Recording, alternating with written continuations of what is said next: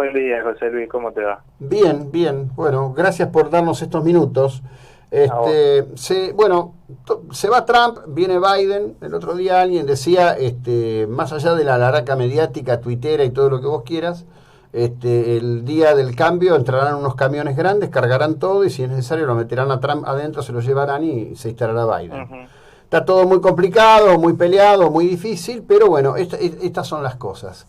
¿Qué expectativa te da una presidencia Biden-Harris frente a la relación con China?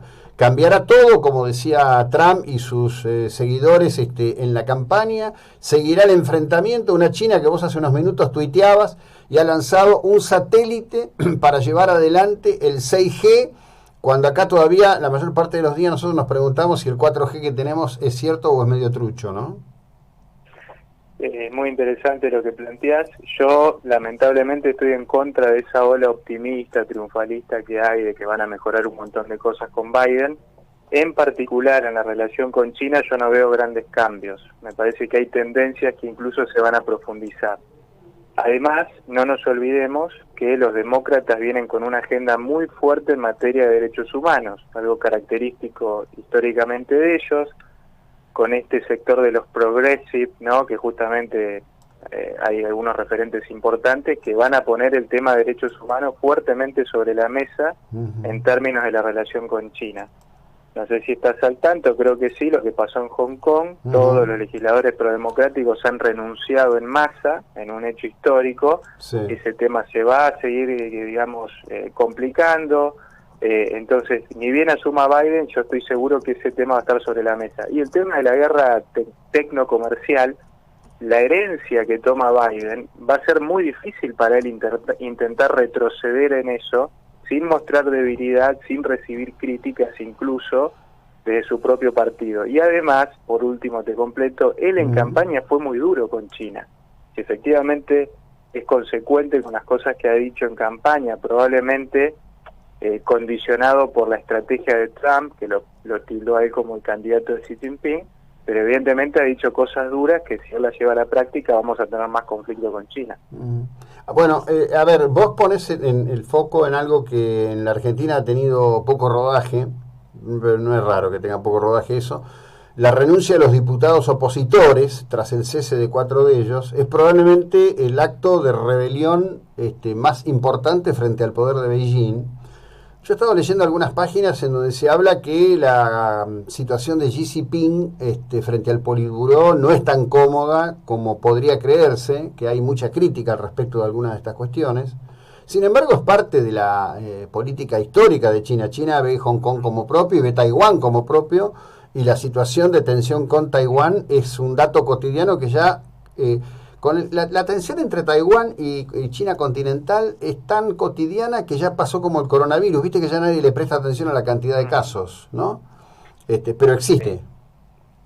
Lo que vos decís es cierto, es parte de la cultura política que en la cúpula del partido, sobre todo en el comité permanente que son los miembros, siempre hay criticismo interna, por supuesto es muy hermético, eso es difícil enterarse de lo que pasa. Ha trascendido que Xi Jinping ha tenido críticas en la etapa inicial de la pandemia por cómo se manejó, que ha tenido críticas fuertes el año pasado por todo el desastre, el caos en Hong Kong. Entonces todas estas medidas que él ha tomado, la nueva ley de seguridad, no sorprenden. Ahora, volviendo a esto de la renuncia de los legisladores, yo no entiendo mucho la estrategia porque vos sabés que en política las bancas que no las ocupás, las ocupa otro, y en este caso esa vacancia hasta que haya elecciones el año que viene, es obvio que no va a haber más una voz representando ese sector de manera oficial. O sea, desde la calle hoy es cada vez más difícil en Hong Kong hacer política. Así que, concluyendo con lo que vos decís, yo veo de hecho un Xi Jinping más fortalecido en los últimos tiempos. En la recuperación económica de China, vos describías en tu editorial todo lo que están haciendo en materia de restricciones, que es muy duro, pero bueno, ha sido efectivo, la gente lo acepta, porque con ese tipo de restricciones hoy China tiene controlada la pandemia, no superada, y la economía está despegando. Entonces, todas esas cosas de alguna forma lo han fortalecido así en el poder. No, a ver, yo insisto, estoy demasiado lejos, sigo una cantidad de actores, algunos de ellos que son colegas que se dedican realmente a esto, inclusive, bueno, casi todos los diarios españoles importantes tienen un representante, un corresponsal directo en China.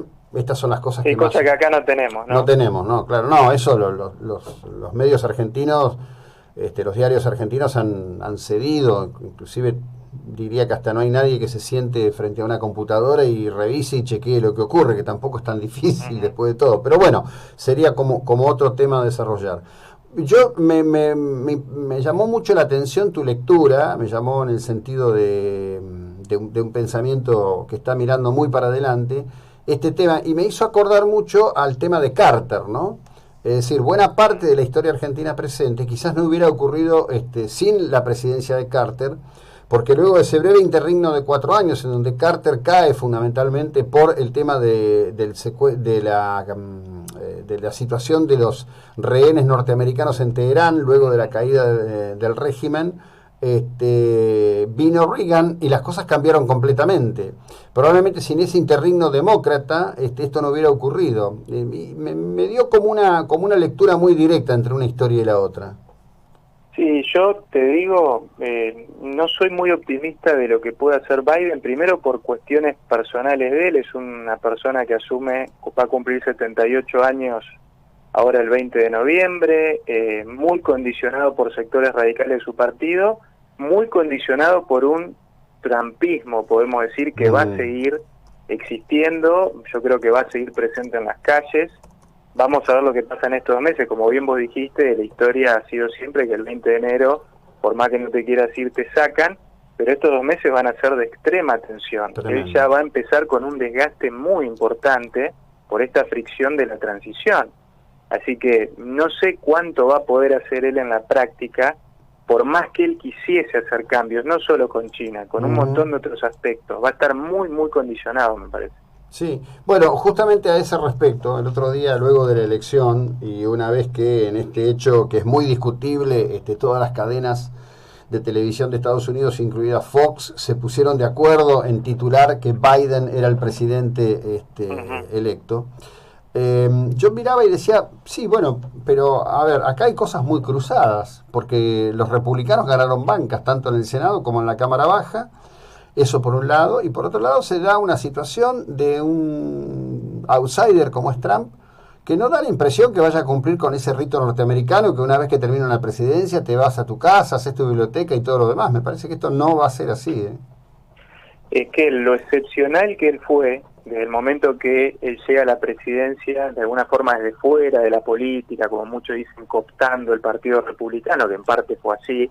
El Partido Republicano le abrió las puertas ante su ascenso y la posibilidad, como la única quizás posibilidad ya por el 2016, de ganarle a los demócratas, y así fue. Todo fue particular, muy peculiar durante su presidencia, y no iba a ser menos él, no aceptando la derrota, él que se considera un ganador nato, ¿no? Así se define él personalmente, su naturaleza, no iba a ser menor su salida, digamos, en esos términos. Así que no, eso nos sorprende. Y cuidado con el tema del Senado, el Senado no está definido. Hay 2 bancas de Georgia que se van a definir en balotaje el 4 de enero, que tranquilamente las pueden ganar los republicanos. Entonces ahí es probable que Biden no controle el Senado. Y de ese lugar yo creo que ahí se va a consolidar la resistencia republicana, ¿no? Complicándole su gestión ya de por sí complicada por todos esos factores de contexto que conversamos recién, ¿no? Sí, bueno, yo vengo viendo eso, ¿no? Lo que sí también hay que decir que en este año de pandemia algunas cosas llegaron para quedarse, como es la explosión del voto anticipado por correo, que es un instrumento que en Estados Unidos existe desde el origen, pero que hasta ahora nunca había sido masivo como fue en esta ocasión, ¿no? Que lo cual permitió levantar mucho el voto demócrata. Fue absolutamente capitalizado por la maquinaria demócrata. Ese fue un error estratégico de Trump, que no lo vio a eso. Los republicanos, digamos, en general, no vieron la importancia que podía tener eso. Los demócratas lo capitalizaron y les sirvió para dar vuelta a elecciones en estados clave. Eso fue impresionante. Pero bueno, como decís vos, es un voto que tiene muchas falencias. Hay mucha gente que vota por correo sin saberlo, porque viene el hijo, le agarra la firma a la abuela, al abuelo, el abuelo ni saben que están votando, lo mete en un sobre, digamos, y sale el voto. Pero bueno, es legal.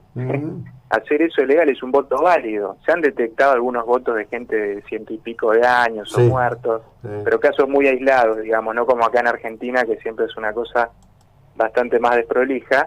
Pero digo, es una discusión que se ha planteado ahora, ¿no? Pero bueno, es parte de las estrategias que se fueron agregando al sistema, porque como el voto no es obligatorio, se fueron agregando un montón de técnicas para que la gente vote de distintas formas y se incentive más la participación.